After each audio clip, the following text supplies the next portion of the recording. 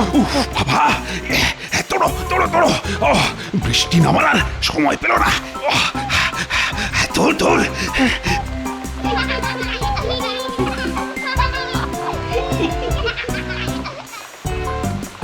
কি হলো মহারাজ, দাঁড়িয়ে পড়লেন কেন? তাড়াতাড়ি চলুন। দেখো দেখো মন্ত্রী, বাচ্চারা এই বৃষ্টির মধ্যে কত আনন্দ নিয়ে খেলা করছে। ওদের দেখে আমারও ওদের সঙ্গে খেলা করতে ইচ্ছে করছে যে। ও বাচ্চারা, আমিও খেলবো তোমাদের সঙ্গে। এই আমাকেও খেলতে নাও না গো তোমাদের সঙ্গে। ওই দেখ, মহারাজও আমাদের সঙ্গে খেলবে বলছে। এই নিন মহারাজ, এই নিন।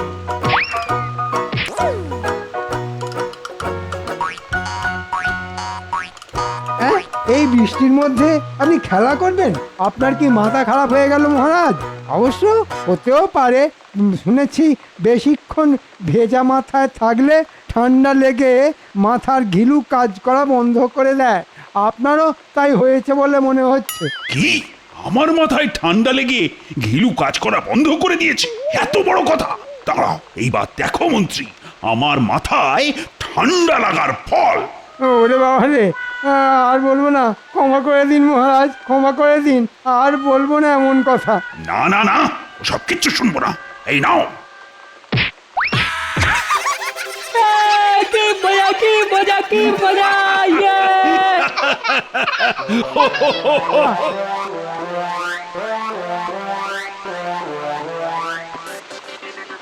আজ যে করেই হোক মহারাজকে রাজি করিয়ে এই মাসের বেতনটা অগ্রিম চাইতেই হবে, না হলে আমাকে আর আমার গিন্নিকে বিছানার উপর ছাতা খুলে শুয়ে ঘুমোতে হবে।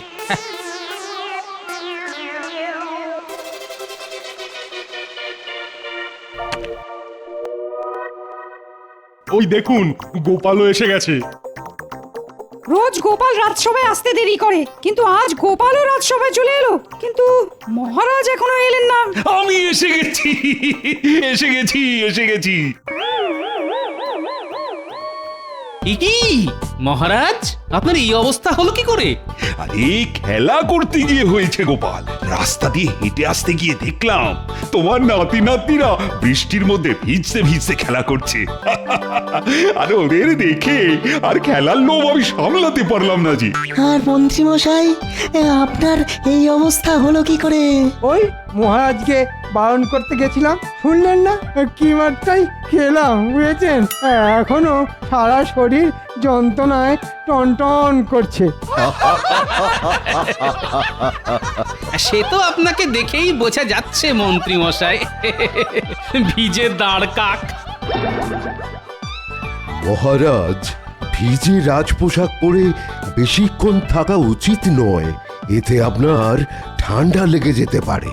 ঠিক বলেছ রাজপুত, আমি বরং স্নান সেরে আসি। তাহলে আজকের মতন রাজসভা ছুটি? হ্যাঁ হ্যাঁ, আজ ছুটি। তোমরা যে যার মতো বাড়ি ফিরে যাও। কে গরম গরম খিচুড়ি খেয়ে জব্বর একটা ঘুম দাও। আরে বাবা, বর্ষাকাল এসে গেছে বলে কথা। বর্ষাকালে খিচুড়ি না খেলে জমে নাকি? কি বলো গোপাল? আগে সে তো বটেই, কিন্তু বাবারই বাবা, ছুটির নাম শুনেও গোপালের মুখ কিন্তু। হ্যাঁ, ছুটির নাম শুনেও আমার মুখে কিন্তু, কারণ আমার ঘরের চাল ফুটো হয়ে গেছে। আর ঘরের চাল সারাবার পয়সা নেই তোমার কাছে, আর তাই তুমি আমার কাছে আবার অগ্রিম বেতন চেয়ে বসবে, তাই তো গোপাল? হ্যাঁ, আচ্ছা, আমার মনের কথা আপনি জানলেন কি করে মহারাজ? আবার নতুন কি? প্রত্যেকবারই বর্ষাকালে তুমি ঘরের চাল সারানোর নাম করে আমার কাছে অগ্রিম বেতন চাও। এই গোপাল, মহারাজ তো তোমাকে রোজ রোজ এত পুরস্কার দেন, বলি সেগুলো রাখো কোথায় শুনি? এ তো আচ্ছা জ্বালাতন। সবাই মনে করে আমি কত বড় লোক, এদিকে বাজারে চাল ডালের আগুন ছোঁয়া দাম। বলি সেগুলো কিনতে কি ট্যাকের করি খরচ হয় না? সেগুলো কি মুখ দেখে আসে নাকি? হ্যাঁ, গোপাল দেখছি খুব রেগে গেছে বলে মনে হচ্ছে। না না না না, এত সহজে আমি গোপালকে অগ্রিম বেতন দেব না। একটু গোপালের পিছনে লেগেই দেখা যাক। না না গোপাল, সে তুমি যে অজুহাতি দাও, আমি তোমাকে এই মাসে অগ্রিম বেতন দিতে পারবো না। আর এটাই আমার শেষ কথা।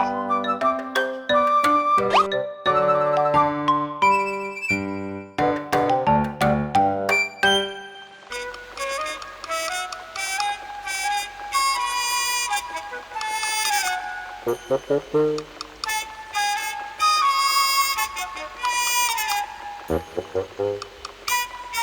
নিন, এবার গিয়ে তাড়াতাড়ি স্নান সেরে আসুন।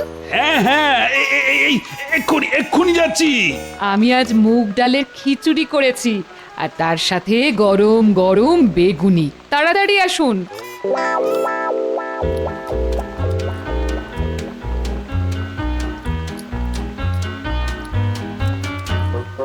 আহ আহ, বাইরে বৃষ্টি আর পেটে খিচুড়ি, সঙ্গে সঙ্গে গরম বেগুনি। কি যেন স্বর্গ।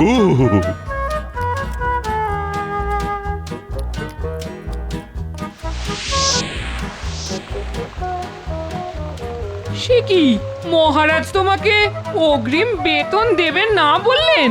হ্যাঁ, তাই তো বললেন। এবার কি হবে গো? আমাদের ঘর বাড়ি যে জলে ভেসে যাবে গো। এক কাজ করো গিন্নি, তুমি রান্না বান্না সেরে রান্নাঘরেই শুয়ে পড়ো। আর তুমি তুমি কোথায় শোবে শুনি? কেন, খাটের নিচে। হ্যাঁ?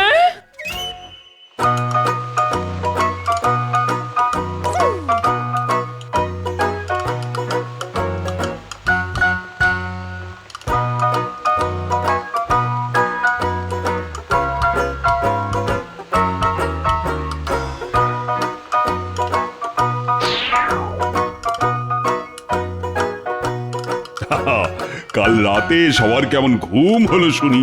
ওহ, দারুণ। হ্যাঁ মহারাজ, দারুণ ঘুম হয়েছে। গতকাল সারা রাত বাইরে ঝমঝমিয়ে বৃষ্টি পড়ছে, ভালো ঘুম না হয় উপায় আছে নাকি? আর গোপাল, তোমার কেমন ঘুম হলো? আমার ফুটো ঘরের চাল দিয়ে জল পড়ছে জেনেও মহারাজ প্রশ্ন করলেন কেমন ঘুম হলো। হুম, আগে দারুণ ঘুম হয়েছে মহারাজ। সকালে ঘুমও ভেঙেছে দারুণ ভাবে। হ্যাঁ, সেটা কি রকম শুনি? আগে চোখ খুলে মুখ হা করলাম, ফুটো চাল থেকে বৃষ্টির জল সোজা আমার মুখে এসে পড়লো। ব্যাস, বৃষ্টির জলেই কুলকুচি করে চোখ মুখ ধুয়ে নিলাম।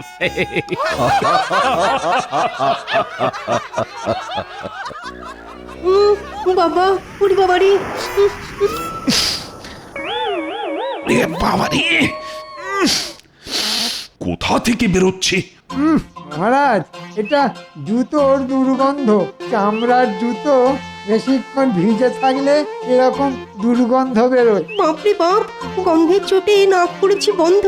কিন্তু প্রশ্নটা হলো, কার জুতো থেকে আসছে এই দুর্গন্ধ? কাল আমার চামড়ার জুতো জোড়া বৃষ্টির জলে ভিজেছে, এখনো পায়ে কেমন ভিজে ভিজে ঠেকছে। ঠিক করে শুকোয়নি। আর কারণ না, আমার জুতো থেকেই তো এই বিশ্রী গন্ধটা বেরোচ্ছে। না না, স্বয়ং মহারাজের জুতো থেকে দুর্গন্ধ বেরোচ্ছে, এই কিছুতেই মানা যায় না। যে করে হোক এই দোষ অন্য কারুর ঘাড়ে চাপাতে হবে। কিন্তু কিন্তু কার ঘাড়ে চাপায়, কার ঘাড়ে? হ্যাঁ, গোপাল। গোপালের পেছনে যখন লাগবো বলে ঠিক করেছি, তখন একটু ভালো করেই লাগে। গোপাল, হ্যাঁ, গোপালের জুতো থেকেই এই বিশ্রী গন্ধটা বেরোচ্ছে। বললেই হলো, আমি আমার জুতো জোড়া হাতে করে বয়ে এনেছি, জুতোতে এক ফোঁটা বৃষ্টির জল লাগতে দিইনি। আমার মনে হয় এই দুর্গন্ধ অন্য কারুর জুতো থেকে বেরোচ্ছে। নিজের দোষ ঢাকতে এখন লোকের নামে দোষ চাপানো হচ্ছে। মহারাজ, আপনি গতকাল বললেন না যে আপনি গোপালকে অগ্রিম বেতন দেবেন না? সেই রাগে গোপাল জুতোয় করে দুর্গন্ধ বয়ে এনে রাজসভায় দুর্গন্ধ ছড়াচ্ছে। এটা গোপালের একটা চাল। ঠিক বলেছো মন্ত্রী। আই গোপাল, যাও, তোমার জুতো আর তুমি দুজনেই এবার বাড়ি যাও তো। আর আজকের মতো রাজসভা এখানেই শেষ। বাবা, পুরো রাজসভাটাই একেবারে দুর্গন্ধে ভরে গেছে। ছি ছি ছি ছি ছি। গোপাল, রোদ উঠলে জুতো জোড়া রোদে দিয়ে ভালো করে শুকিয়ে নিও, না হলে গন্ধ যাবে না কিন্তু। শুকনো জুতো আর কি শোকাবো বিজ্ঞানী?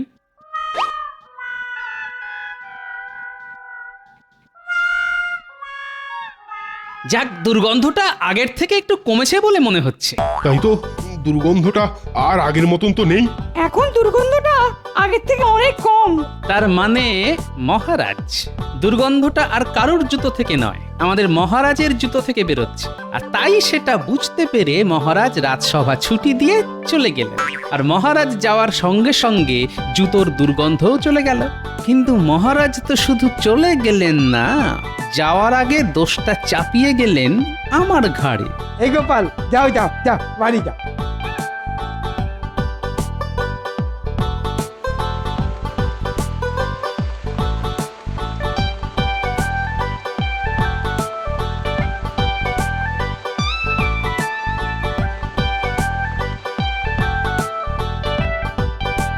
রানী, ইস, আপনার গা থেকে একটা বিশ্রী দুর্গন্ধ বেরোচ্ছে।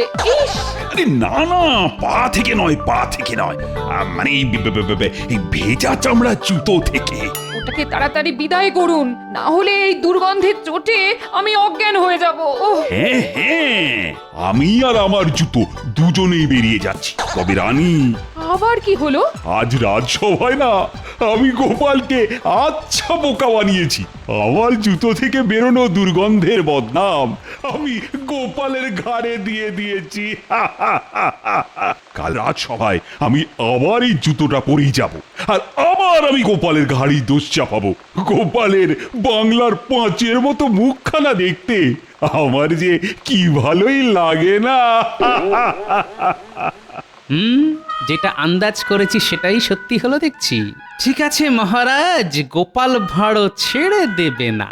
এর বদলা না নিতে পারলে আমার নামও গোপাল ভাঁড় নয়।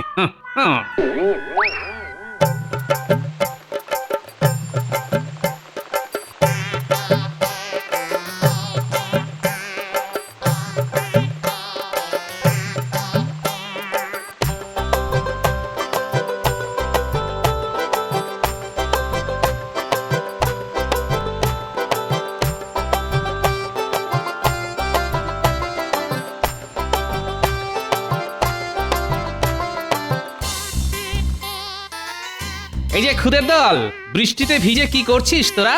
আমরা কই মাছ ধরছি গোপাল দাদু। ওসব পরে করবি, আগে এদিকে আয়, কাজ আছে। বলো গোপাল দাদু, কি করতে হবে আমাদের? বেশি কিছু নয়, তোদের শুধু হয়ে যাবে গোপাল দাদু, আজ রাতের মধ্যেই কাজ হয়ে যাবে। বেশ বেশ।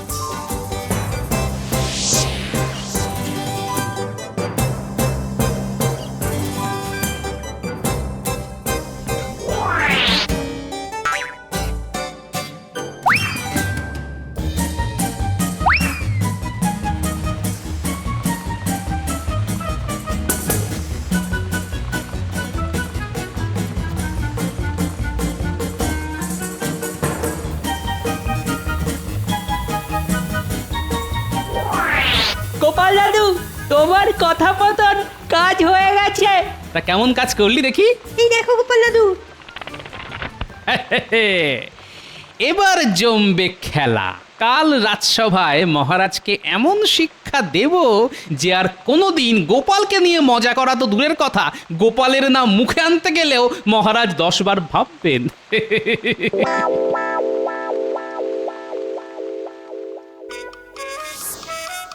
হ্যাঁ, কি অদ্ভুত ব্যাপার! ঘর থেকে সোনা দানা ছেড়ে এক জোড়া জুতো চুরি হয়ে গেল।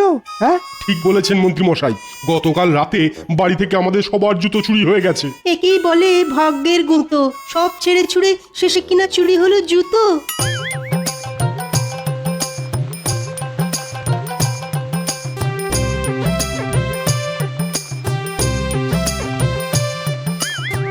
আজ মহারাজ হবেন অবাক, উড়ে যাবে গাছে বসা কাক, গোপালের বুদ্ধির জোরে করবে চিচিং ফাঁক। লা লা লা লা লা।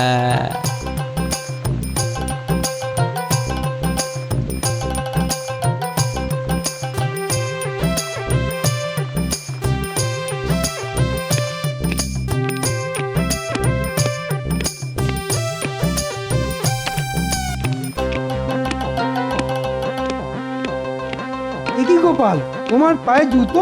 তার মানে গতকাল রাতে তোমার বাড়ি থেকে জুতো চুরি হয়নি গোপাল? এই রাজ্যে এখনো এত বড় চোর জন্মায়নি যে গোপালের বাড়িতে ঢুকে চুরি করবে। তাই নাকি গোপাল? মানছি তোমার বুদ্ধির জোর আছে, তা বলে তুমি সব সময় বুক ফুলিয়ে ঘুরে বেড়াবে, এ কেমন করে হয়? ঠিক বলেছেন মহারাজ, গোপালের অহংকারে মাটিতে পা পড়ে না। ভাঁড় কোথাকার। আবার সেই বিশ্রী দুর্গন্ধ। এই গোপাল, এই বিশ্রী দুর্গন্ধ তোমার জুতো থেকেই বেরোচ্ছে। যাও যাও যাও, জুতোটা বাইরে রেখে এসো। না না মহারাজ, আমার জুতো থেকে গন্ধ বেরোতেই পারে না। আজ রাজসভায় গোপাল আর মহারাজ ছাড়া কেউই তো জুতো পরে আসেনি। তার মানে তুমি কি বলতে চাইছো গোপাল, এই দুর্গন্ধটা মহারাজের জুতো থেকে বেরোচ্ছে? কি তোমার এত বড় সাহস গোপাল? আমি তোমার এই মাসের বেতন কেটে নেব, এ আমি বলে দিলাম। না না, আমি তা বলতে চাইনি মহারাজ, আমাকে ক্ষমা করুন মহারাজ। গোপালের মুখখানা শুকিয়ে একেবারে শুকনো আমের আটি হয়ে গেছে। গোপালকে আচ্ছা করে চমকে দিয়েছি। আসুন আসুন, মনে মনে যত খুশি হেসে নিন, এবার যে আপনাকে কাঁদতে হবে মহারাজ। হায় রে হায়, আমার সব শেষ হয়ে গেল। এই মাসের বেতন হাতে না পেলে আমাকে যে না খেয়ে মরতে হবে।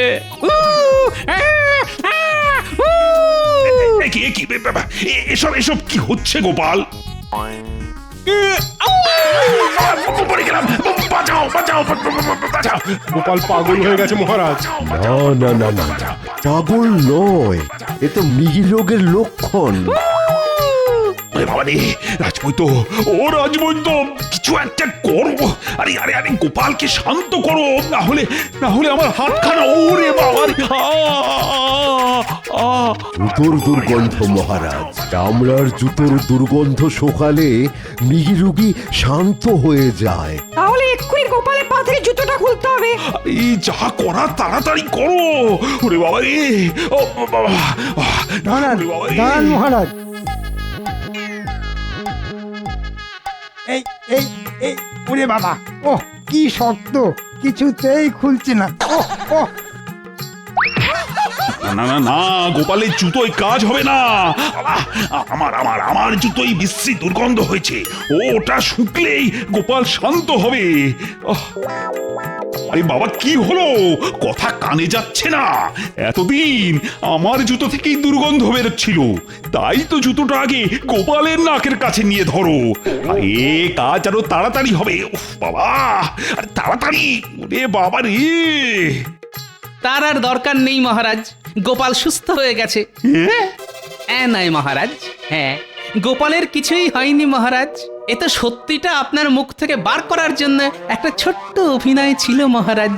তার মানে দুর্গন্ধ গোপালের জুতো থেকে নয়, ওই মহারাজের জুতো থেকে বেরোচ্ছিল। হ্যাঁ আগে হ্যাঁ, আর গোপাল মিথ্যে অপবাদের বদলা নিল মহারাজের হাত কামড়ে দিয়ে। কথায় আছে না, কান ধরে টানলে মাথাও আসে, তাই বদলা নেওয়াও হলো, আর সত্যিটাও সবাই জেনে গেল। বলুন মহারাজ, কেমন দিলাম? না মানে, মানে আমাকে ক্ষমা করে দাও গোপাল, আমি আর কোনোদিন তোমার পিছনে লাগতে যাব না। ওরে বাবা রে, ও আচ্ছা শিক্ষা হয়েছে আমার।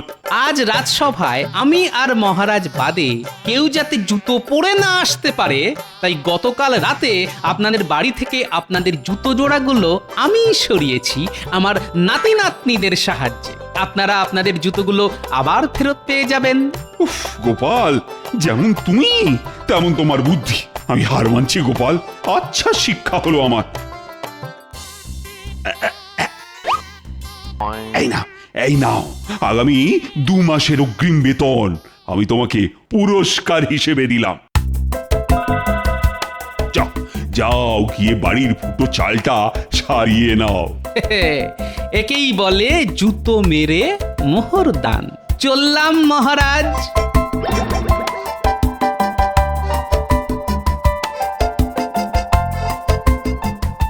বাবা, ওরে বাবা রে, ও